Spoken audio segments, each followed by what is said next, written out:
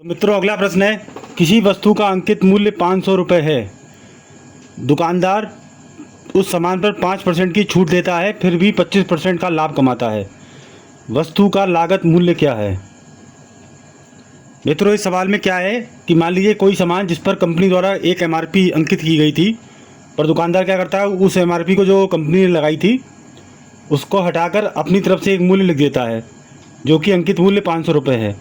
तो हमें जो वस्तु का लागत मूल्य यानी कि एक तरीके से उस पर जो MRP थी उसकी एक्चुअल कॉस्ट जो थी, जो कंपनी द्वारा उस पर लगाई गई थी, वो ज्ञात करनी है। तो पहले हम निकाल लेते हैं, किसी वस्तु का अंकित मूल्य 500 रुपये है, तो दुकानदार ने इसको कितने रुपए में बेचा था? तो दुकानदार ने अंकित मूल्य पर 500 रुपये, अंकित मूल्य पर 5% की छूट दी थी, यानी 500 का 5% जो होगा वो उसका सेल प्राइस है। तो 500 गुणा 5/100 यानी 25, इसलिए SP हो जाएगा सेल प्राइस इसका 500 माइनस 25 बराबर 475। अब 475 पर भी बेचने पर उसको 25% का लाभ हुआ है, यानी माना लागत मूल्य X रुपये था, माना लागत मूल्य X रुपये था, तो X प्लस X का 25% जो होगा वो 475 के बराबर होगा। तो X प्लस X का 25% X गुणा 25/100 इक्वल टू 475। तो 25 चौका 100 यानी X plus X/4 equal to 475। यहाँ से हम लिख सकते हैं 5x/4 equal to 475। 5x/4 equal to 475, यानी x इक्वल टू 475 इंटू 4/5। तो 5 निम 45 पचम 25, 95 इंटू 4। तो x बराबर आ जाएगा 4 पंजे 20 के सिफर, हाथ में 2, 4 36 2 38, 380 रुपये। तो मित्रों, जो उसका लागत मूल्य था वो 380 रुपये है। तो मित्रों, अगला सवाल है, किसी संख्या का 16% जब 21 से जोड़ दिया जाए तो स्वयं वह संख्या प्राप्त हो जाती है, तो संख्या ज्ञात कीजिए। तो माना वह संख्या x है, तो प्रश्न के अनुसार संख्या का 16% यानी x का 16% अगर 21 से जोड़ दिया जाए तो स्वयं वह संख्या प्राप्त हो जाती है, यानी x। तो x का 16% x into 16/100 plus 21 equal to x। तो 2 अट्ठे 16, 2 पचासम 100, यानी 8x/50 प्लस 21। इसको फर्दर सिंप्लीफाई करते हैं, 2 पच्चीसम 50, 2 चौका 8। तो हमारा आ गया 4x/25 plus 21 equal to x। तो मैं इस 4x/25 को उधर ले जाऊंगा, तो 21 बराबर x माइनस 4x/25।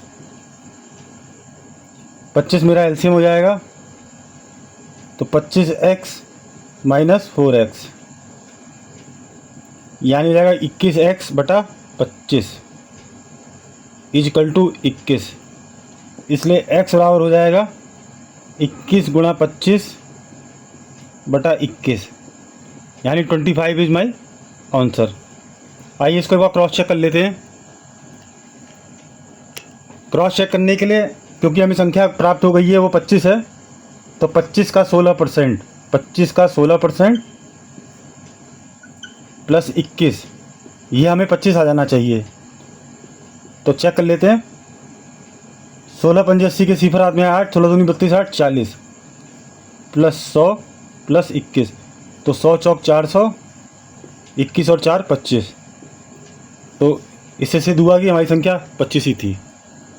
मित्रों, हमारा अगला प्रश्न है, यदि एक वृत्त की परिधि 4 पाई से 8 पाई बढ़ाई जाती है तो उसका क्षेत्रफल होगा। तो हमें दिया हुआ है वृत्त की प्रारंभिक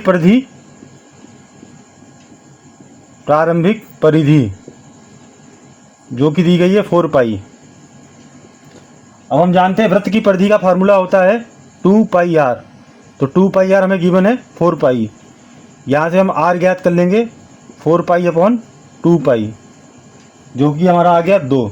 यहाँ आर वृत्त की त्रिज्या है, तो यहाँ से वृत्त का प्रारंभिक क्षेत्रफल जो हो जाएगा, वृत्त का प्रारंभिक क्षेत्रफल पाई आर स्क्वायर, यानी पाई और 2 का स्क्वायर, यानी 4 पाई। अब मित्रों, हमारा ये वृत्त का प्रारंभिक क्षेत्रफल था। अब क्या कह रहा है कि उसकी वृत्त की परिधि बढ़ाकर 4 पाई से 8 पाई कर दी गई। तो वृत्त की बढ़ी हुई परिधि 8 पाई है, बढ़ी हुई परिधि 8 पाई है। तो जब वृत्त की परिधि बढ़ेगी तो उसकी त्रिज्या भी बढ़ेगी। तो मान लिया वृत्त की बढ़ी हुई त्रिज्या जो है वो R1 है, तो 2 पाई R1 इजकल टू 8 पाई। यहाँ से R1 की वैल्यू आ जाएगी 4।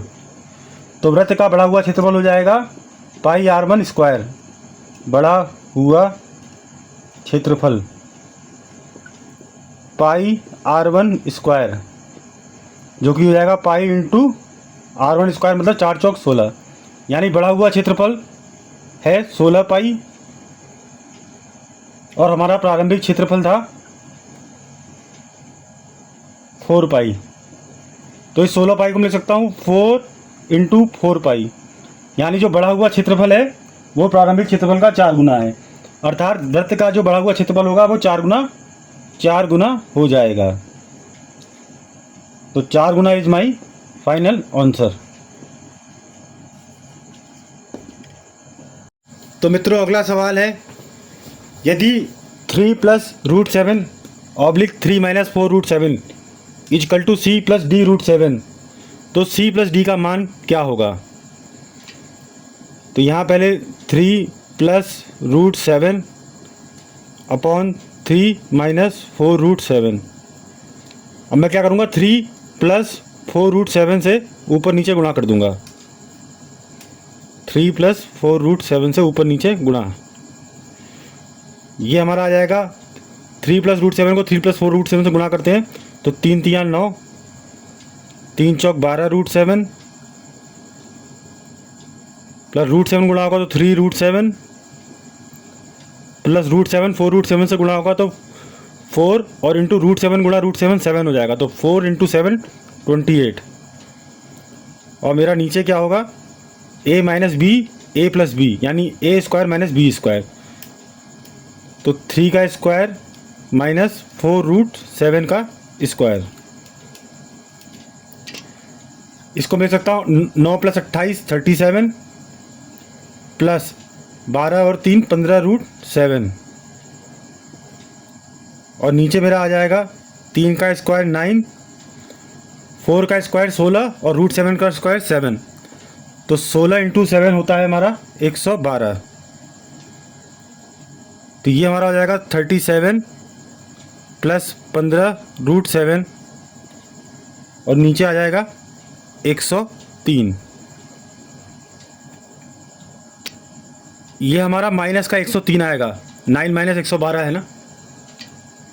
तो हमारा आया था 37 प्लस 15 रूट 7 और नीचे माइनस का 103। इसको लिख सकता हूँ 37 बटे माइनस का 103 प्लस 15 रूट 7 और नीचे माइनस का 103। इसको मैं कंपेयर कर लूँगा c प्लस डी रूट 7 से। तो मेरी c की वैल्यू आ गई 37 बटे माइनस 103 या माइनस 37 बटे 103 और d की वैल्यू आ गई 15 बटे -103 या -15 बटे 103। तो हमें सी की वैल्यू मिल गई है -37 बटे 103 और डी की वैल्यू मिल गई है -15 बटे 103। तो सी प्लस डी -37 बटे 103 प्लस डी की वैल्यू -15 बटे 103, यानी -37 बटे 103 -15 बटे 103। यहाँ से मैं माइनस कॉमन ले लूँगा तो 37 बटे 103 प्लस 15 बटे 103, ये हो जाएगा -103 भी कॉमन आ जाएगा बाहर, 37 प्लस 15 जो कि होगा माइनस का 7 5 12 के 2 हाथ में है, 3 1 4 1 5 -52 बटा 103। सो -52 बटा 103 इज माई फाइनल आंसर। मित्रों अगला सवाल है √7 प्लस √6 ब्रैकेट में इंटू √7 माइनस √6 ब्रैकेट में प्लस 200 का मान क्या होगा। ये भी काफ़ी आसान सवाल है। यहाँ a plus b into a minus b जो कि होता है a square minus b square का फार्मूला लगेगा। ये हमारा फार्मूला होता है a plus b into a minus b equal to a square minus b square. यहाँ a हमारा दिया हुआ है √7 और b दिया हुआ है √6, तो इसको हम लिख सकते हैं √7 का स्क्वायर 7 और √6 का स्क्वायर 6। तो ये हो जाएगा 7 में 6 गया 1, यानी 1 plus 200। So 201 201 is right answer. मित्रों अगला प्रश्न है संख्याओं √2, 4 की पावर 1/3, 5 की पावर 1/4 तथा 3 की पावर 1/6 में सबसे छोटी संख्या कौन सी है। तो मित्रों √2 को हम लिख सकते हैं 2 की पावर 1/2, 4 की पावर 1/3, 5 की पावर 1/4 और 3 की पावर 1/6। तो हमारा पहला प्रयास ये रहेगा कि हम सभी की घातों को एक बराबर कर दें, जिसके लिए मुझे 2 3 4 6 का एलसीएम लेना पड़ेगा। 2 3 4 6 इसका एलसीएम 12 आता है।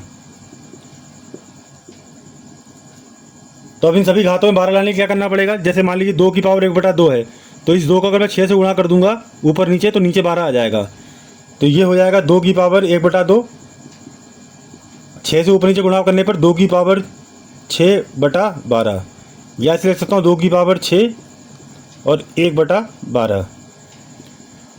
तो 2 दूनी 4 दूनी 8 दूनी 16 दूनी 32 दूनी 64, 64 की पावर 1/12।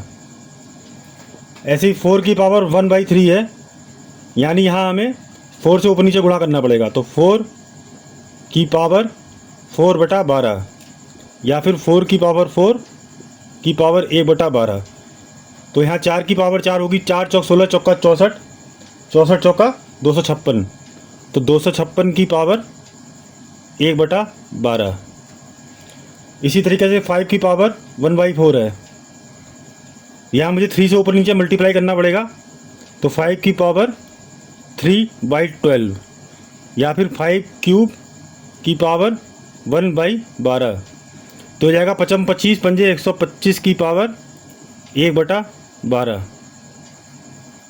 इसी तरीके से 3 की पावर 1/6, यहाँ भी मुझे 2 से गुणा करना पड़ेगा। 3 की पावर 2/12 यानी 3 स्क्वायर की पावर 1/12, यानी 3 स्क्वायर 9 की पावर 1/12।